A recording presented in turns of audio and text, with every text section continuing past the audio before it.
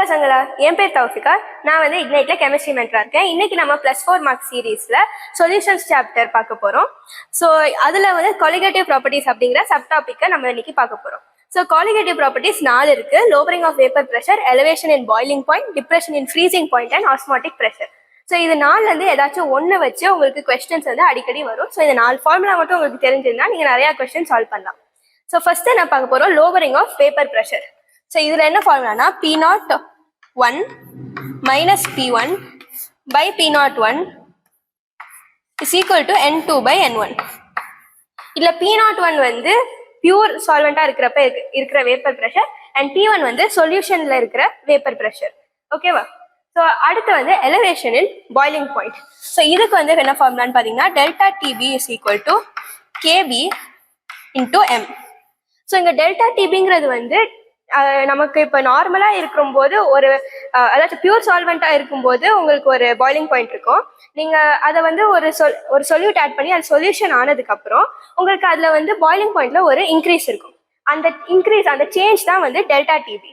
கேபிங்கிறது ஒரு கான்ஸ்டன்ட், அது வந்து பாய்லிங் பாயிண்ட் எலவேஷன் கான்ஸ்டன்ட்னு இருக்கும், இல்லாட்டி மோலார் எலவேஷன் கான்ஸ்டன்ட்னு இருக்கும், இல்லாட்டி சில இடத்துல எபுலியோஸ்கோபிக் கான்ஸ்டன்ட் அப்படின்னு கேபி சொல்லுவாங்க. எம் வந்து இங்க மோலாலிட்டி. ஓகேவா?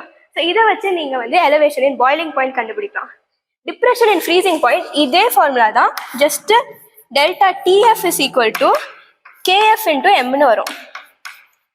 ஸோ இதில் டெல்டா டிஎஃப் வந்து அதாச்சும் நமக்கு இப்போ பியூர் சால்வெண்ட்டாக இருக்கும்போது ஒரு ஃப்ரீசிங் பாயிண்ட் இருக்கும், அதுக்கப்புறம் அதில் சொல்யூட் ஆட் பண்ணதுக்கப்புறம் உங்களோட ஃப்ரீசிங் பாயிண்ட் குறையும். ஸோ அந்த சேஞ்ச் தான் இந்த டெல்டா டிஎஃப். அண்ட் கேஎஃப் வந்து ஃப்ரீசிங் பாயிண்ட் கான்ஸ்டன்ட், இல்லாட்டி அதை சைரோஸ்கோபிக் கான்ஸ்டன்ட் அப்படின்னு சொல்லுவாங்க. கடைசியா ஆஸ்மாட்டிக் ப்ரெஷர். ஸோ இது வந்து பையால டினோட் பண்ணுவோம். Pi is equal to CRT. C வந்து கான்சன்ட்ரேஷன், நம்ம மொலாலிட்டியில எடுக்கணும். So pi is equal to CRT தான் வந்து ஆஸ்மாட்டிக் ப்ரெஷரோட ஃபார்முலா. ஸோ இந்த 4 ஃபார்முலா பார்த்து வச்சுக்கோங்க. அடுத்து நம்ம இதில் ஒரு கொஸ்டின் போடலாம். ஸோ இப்போ நம்ம பார்த்த ஃபார்முலாஸ்ல ஒன்று வந்து யூஸ் பண்ற மாதிரி ஒரு கொஸ்டின் பார்க்கலாம். ஓகேவா? ஸோ கொஸ்டின் பார்த்தீங்கன்னா 2 moles each of ethylene glycol and glucose are dissolved in 500 grams of water. The boiling point of the resulting solution is dash. So இதில் என்ன கொடுத்துருக்காங்கன்னா எபுலியோஸ்கோபிக் கான்ஸ்டன்ட் ஆஃப் வாட்டர். ஸோ சொன்னேன்ல, சம்டைம்ஸ் கேபி வந்து டேரெக்டாக கொடுக்க மாட்டாங்க, இந்த மாதிரி எபுலியோஸ்கோபிக் கான்ஸ்டன்ட்னு கொடுப்பாங்க. நமக்கு தான் தெரியணும் அது கேபி அப்படிங்கிறது. ஸோ இப்போ நம்ம இங்கே என்ன பேசிக்காக என்ன கால்குலேட் பண்ணோம்? டெல்டா டிபி ஃபர்ஸ்ட் நம்ம கால்குலேட் பண்ண போகிறோம். என்ன ஃபார்முலா பார்த்தோம்? Delta DP is equal to KB into M. ஆனால் இங்கே பார்த்தீங்கன்னா நமக்கு 2 சொல்யூட் இருக்கு, ethylene glycol 2 mole and glucose 2 mole. So டோட்டலாக எவ்வளோ சேஞ்ச் இருக்கும் அப்படின்னு பார்த்தீங்கன்னா டெல்டா டிபி டோட்டல் இது வந்து இத்தைலின் கிளைகால்னால எவ்வளோ சேஞ்ச் இருக்கும் பிளஸ் குளுக்கோஸ்னால எவ்வளோ சேஞ்ச் இருக்கும், அதை ரெண்டையும் நம்ம ஆட் பண்ணோம். So KB into M1 plus KB into M2.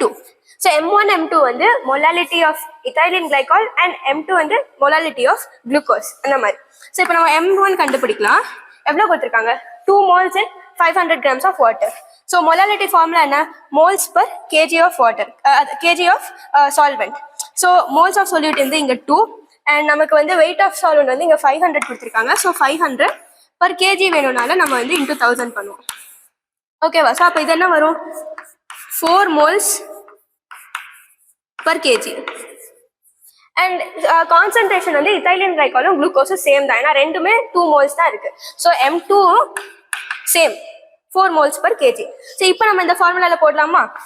So அப்போ என்ன வரும்னா கேவி வந்து 0.52.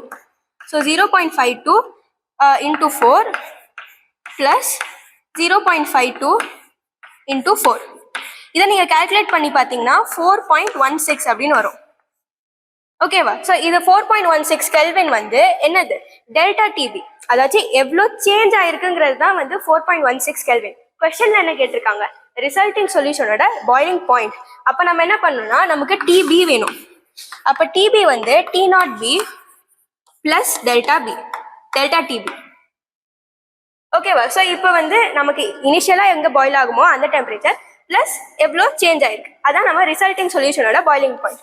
ஸோ உங்களுக்கு வாட்டர் வந்து 373.16 கெல்வின் அப்படின்னு எடுத்துக்கிட்டா டெல்டா டிபி வந்து 4.16. ஸோ உங்களுக்கு ஆன்சர் வந்து 377.32 கெல்வின். இந்த கொஸ்டின் உங்களுக்கு புரிஞ்சிருக்கும்னு நம்புறேன். நான் அடுத்து வந்து ஒரு கொஸ்டின் நீங்களா ட்ரை பண்றதுக்கு கொடுக்க போறேன். ஸோ இப்போ இந்த கொஸ்டின் பாருங்க, what weight of glucose must be dissolved in 100 grams of water to lower the vapor pressure by 0.2 mmHg. ஓகேவா? ஸோ இப்போ இதுல வந்து நம்ம வந்து ஃபர்ஸ்ட் பார்த்தோம்ல ஒரு ஃபார்முலா, அதாவது P01 minus P1 by P01 is equal to N2 by N1. இது பார்த்தோம்ல, இதை வச்சுதான் நீங்க இந்த கொஸ்டின் போடணும். இதுல வந்து P01 minus P1 அப்படிங்கிறத ஃபுல்லா டெல்டா P அப்படிங்கிறத 0.2 அவங்களே கொடுத்துட்டாங்க. அண்ட் P01 கிவன் தான், vapour pressure of pure water கொடுத்துட்டாங்க. உங்களுக்கு ஒரே வேலை வந்து N2 அண்ட் N1 மட்டும் கால்குலேட் பண்ணும். அண்ட் அதுல இருந்து உங்களுக்கு வெயிட் கிடைச்சிரும். ஸோ இதை ட்ரை பண்ணி ஆன்சரை வந்து கமெண்ட் செக்ஷன்ல போடுங்க. ஸோ இந்த டாபிக் உங்களுக்கு புரிஞ்சிருக்கும்னு நம்புறேன். ஏதாச்சும் டவுட்ஸ்லாம் இருந்துச்சுன்னா இதை கமெண்ட் செக்ஷன்ல போடுங்க. தேங்க்யூ.